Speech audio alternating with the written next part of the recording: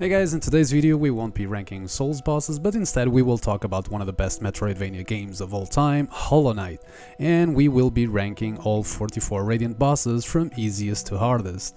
In case you don't know what a Radiant boss is, it simply means you have to beat the boss hitless, and in some cases you fight them in a much harder arena than the normal fight in the main game.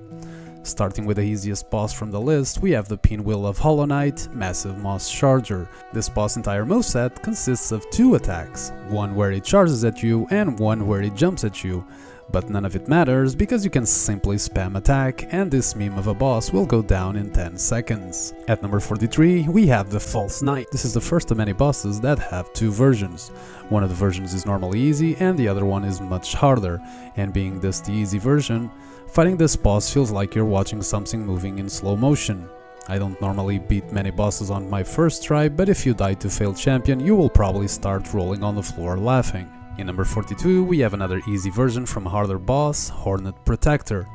Hornet is a fan favorite boss in the series, not only because this is a cool fight, but because this is the character we will be playing in 2035 when Silksong finally comes out. When it comes to the difficulty though, Hornet is a complete breeze due to how slow she moves, but unlike failed champion, dying is still a possibility. Number 41 goes to Crystal Guardian, which unlike the last two is an easy version of another easy version. Crystal Guardian throws lasers at you and jumps, and that's it, that's the boss. He looks cool though. At number 40, I decided to go with Broken Vessel, which you guessed it is an easy version of blah blah blah.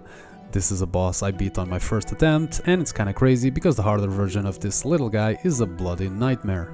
At number 39, we have our second version of an easy boss, the Easy Enraged Guardian, yay!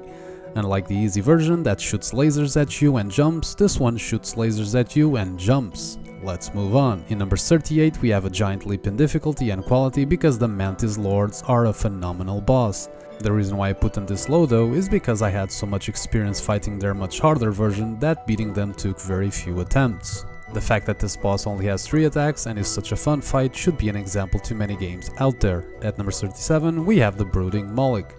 This boss has 4 attacks, 2 where he uses fire, 1 where he jumps, and he also tries to hit you with its tiny arms. And this is where most of my problems come because I can't take those little arms seriously, which ended in me dying quite a few times. Number 36 goes to the Collector, and this is a boss that fits well into my playstyle. The Collector is a fast fight that I quite enjoy in Radiant because we can kill the enemies in the vases in one hit, which ends up becoming a pretty fun fight.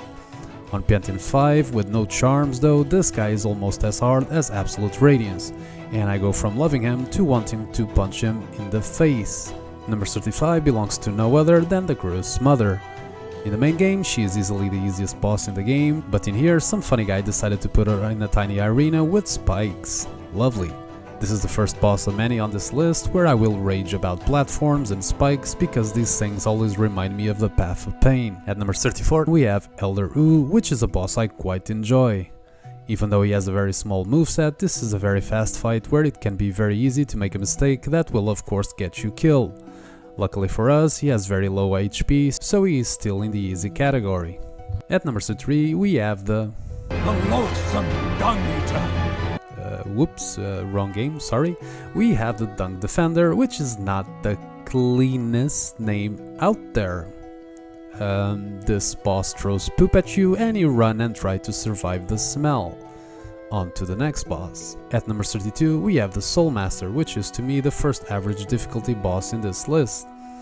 This guy teleports more than money from my bank account and it becomes complicated to get many hits on him, which drags the fight, making it more possible for you to die.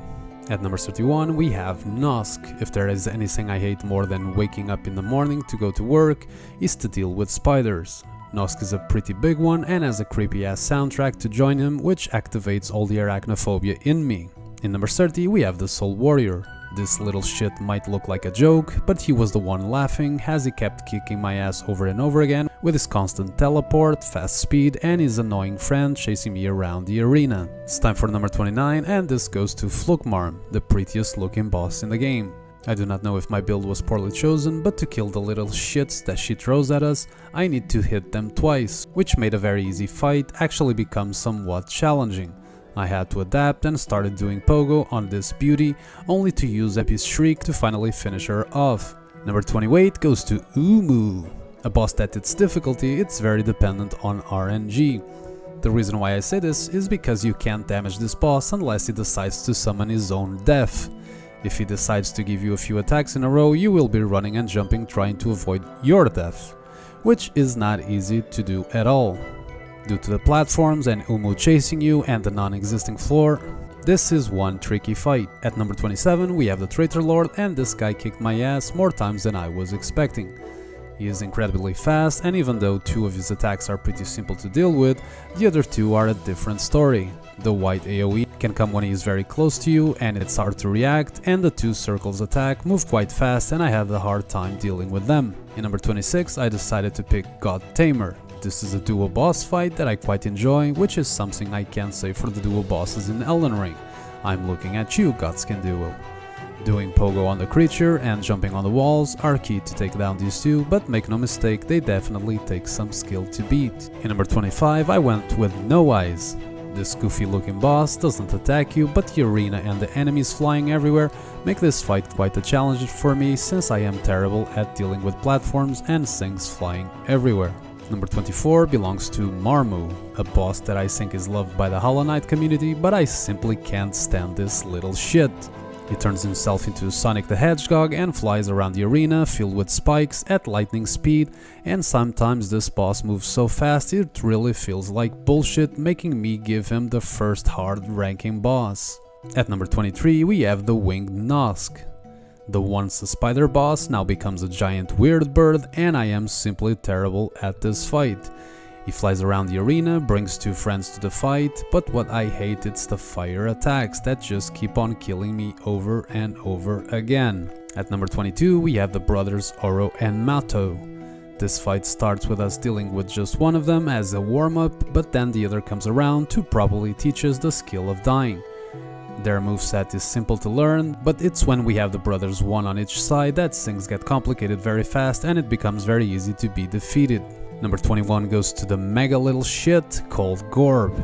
I might be wrong again, but this is another boss that the Hollow Knight community really likes and that I simply cannot stand.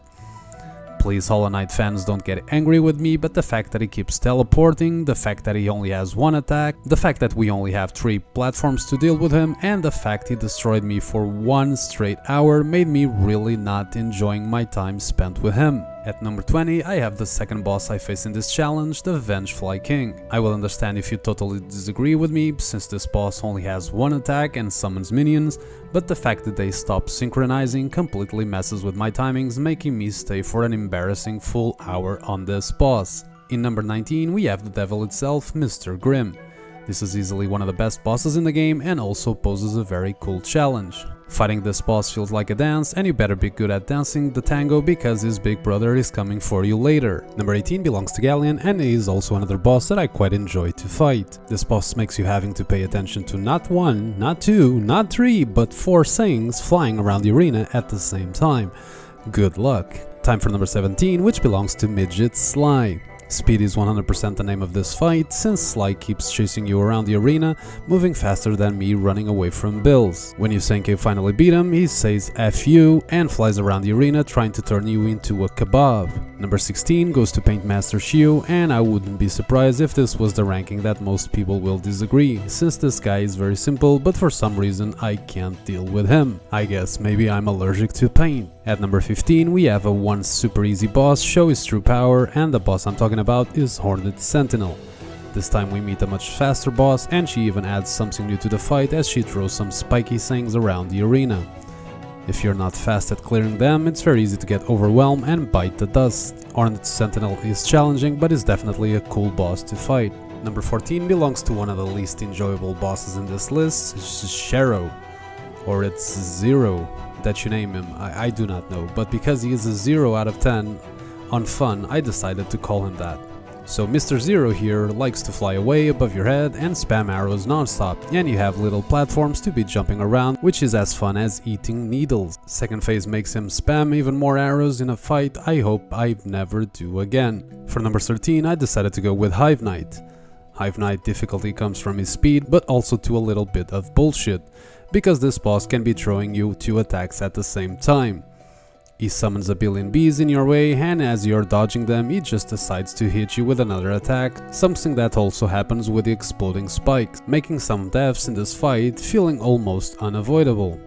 Cool fight in normal mode, but in Radiant not so much. At number 12 we have our first very hard fight in this list, and that title goes to the Sisters of Battle, which I wouldn't be surprised if it is many people's favorite boss, because this is one awesome fight that will push your skill to the test. While in their easier version we had to fight 2 mantis at the same time, here we fight 3, which makes this fight a non-stop action thriller as good as any Michael Bay movie.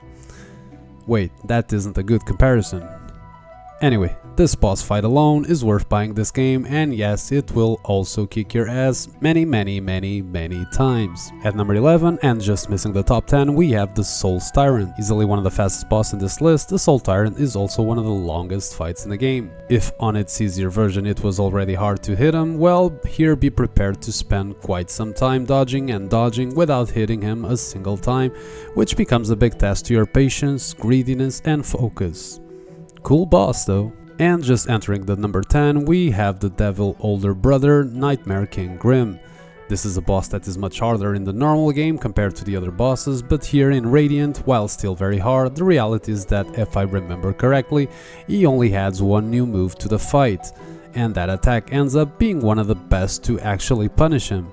Nightmare King Grim might not be the hardest boss in the game, but it's without a doubt many people's favorite boss. At number 9 we have Failed Champion, in one of the biggest difference between the easy and hard version of a boss. Failed Champion moves 10 times faster than its predecessor, he is crazy big and has insane reach, but my biggest problem with this fight are the falling objects that take this fight to crazy levels of difficulty. In number 8 we have the Dunk Defender after taking a bath, which leaves us with the White Defender. Another crazy fast boss, the White Defender tries to hit you with his balls of shit and goes underground to randomly go up very fast, making this fight a crazy test to your reflexes. Take something to cover your nose though, because you will be here for a while. In number 7 we have the Lost Kin. Lost Kin difference to its easier version aren't much, but they are enough to make you want to rip your hairs out in Radiant mode. He is much faster, but in this fight there are 2 things that 100% will kill you many times.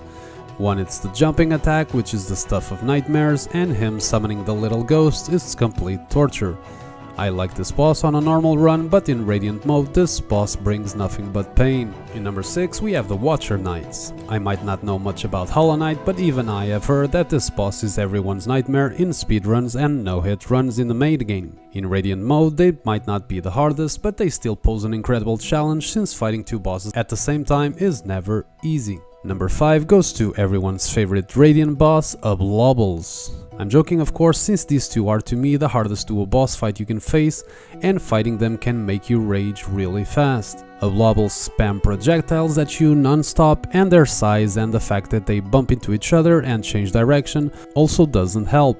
When you finally beat one of them, the other one becomes 10 times faster, so make sure you have lots of spells to throw because distance is key. At number 4 we have Pure Vessel, which is my favorite boss in the entire game. Pure Vessel probably won't be this high in many people's ranking, but even after hundreds of fights against him, I'm still not very good at this fight. Most people use the jumping pogo strategy, but sadly I'm not very good at it, so my strategy is dashing through him while making damage. This works alright until third phase, where he brings a new attack to the table, which tricks me every time, and I simply dash to my death over and over again. It's time for the top 3, and in the third spot we have the most beautiful, the sexiest, the strongest, the most incredible, the smartest, the fastest, the absolute best boss in every game ever made in existence, now and in the future, the almighty Zod. I absolutely love this boss, and no, this time I'm not kidding. I think this guy is one of the stars in Hollow Knight, and I think this fight is crazy spectacular and of course crazy hard. I like this fight so much, I did this challenge at the beginning of the game, which allows you to fight many mini versions of him, which is quite funny. And as soon as I start the game I have him singing, and it always brings a smile to my face, because I mean, who doesn't love Zod? As for the fight itself, he is very fast, he even walks faster than us, which is a big problem. and his main thing is to trick us pretending he's going to land in a place just to change at the very last second and crash on top of us. Of all of these attacks though, this is the one I struggle the most because you guessed it, Pogo is just not my thing. Zote is without a doubt one of the hardest bosses in Radiant and very deserving of being the top 3, even though he thinks he should be number 1. Number 2 goes to the most annoying boss in history, Markov. By now I imagine you already realize I'm terrible at Pogo and jumping on platforms, and this fight is all about that. Markov flies around the arena, spamming projectiles non-stop, and he has a shield to protect him, which will also kill you on impact. Not only that, but he also uses it as a weapon as he spins around him, and if that wasn't bad enough already, he also has a second phase where the projectiles increase and he gets 2 shields. Lovely! To finally beat Markov took me 5 hours of pain, and it's a challenge I never want to try again. Number 1 was the easiest choice in this ranking because Absolute Radiance was not only the hardest no-hit fight I did in Hollow Knight, but in any game ever. I thought the 14 hours I spent on Orphan of Chaos in Bloodborne would never be beat, and when I reached Absolute Radiant final phase after 5 hours, I thought it soon would be over. I was incredibly wrong though, because this boss took me over 30 hours to finally do it no damage. And there were moments I honestly wanted to cry because I felt like I was losing my mind. The fact that the Hollow Knight community has done mods to make even harder versions of this boss makes me think you guys are all masochists. And this is how I finish this video, by calling you guys masochists. Please don't hurt me too much in the comments, because I already suffered pain enough, and as always I hope you enjoyed watching this video, and I see you guys on the next one. Stay well.